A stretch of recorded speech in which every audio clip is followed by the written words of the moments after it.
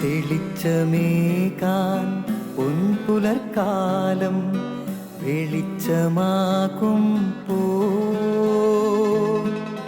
നുറുങ്ങുവെട്ടം പക്ഷിപരാഗം തെളിച്ചു കാട്ടും പോ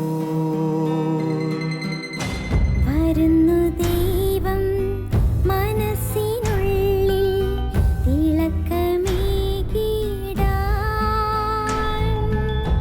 തരുന്നു ധ്യാന പ്രകാശമാർക്കും വിളക്ക് വയ്ക്കുമ്പോൾ നുറുങ്ങുവെട്ടം ഇറങ്ങിടട്ടെ ഹൃദന്തമെല്ലാം യുഗപ്രകാശത്താൽ മറഞ്ഞിടട്ടെ മാനാന്ധകാരം യുഗപ്രസാദത്താൽ നുറുങ്ങുവെട്ടം.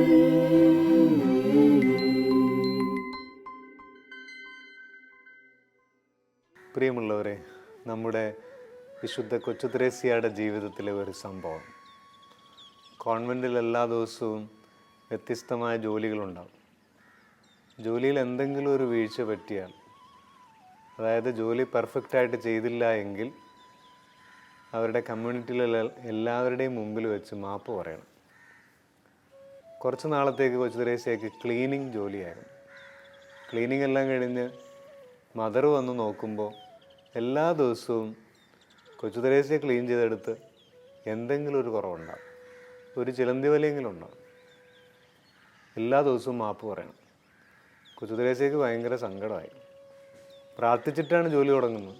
ഈശോയോട് പറയും, ഇന്നെനിക്ക് നന്നായിട്ട് ചെയ്യാൻ സാധിക്കണേ. പക്ഷേ എല്ലാ ദിവസവും കൊച്ചു ത്രേസ്യ കാണാത്തൊരു ചിലന്തി വല മദർ കണ്ടുപിടിക്കും.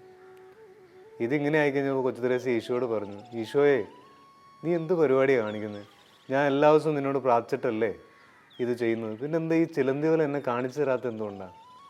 ഈശോ കൊച്ചു ത്രേസ്യയോട് പറഞ്ഞു, മോളെ, ഞാനാണ് നിന്നെ ആ ചിലന്തി വല കാണിച്ചു തരാത്തത്, ഞാൻ മനഃപൂർവ്വം കാണിച്ചു തരാത്തതാണ്. അതെന്താ? നീ എല്ലാ ദിവസവും സമൂഹത്തിൻ്റെ മുമ്പിൽ മാപ്പ് പറയുമ്പോൾ നിന്നിലെ നീ കുറയുകയാണ്. അതാണ് എനിക്ക് കൂടുതൽ ഇഷ്ടം.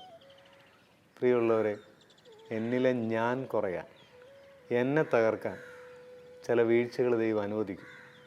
ഞാൻ തകർക്കപ്പെടുക എന്നുള്ളതാണ് ഈശോയുടെ ഇഷ്ടം.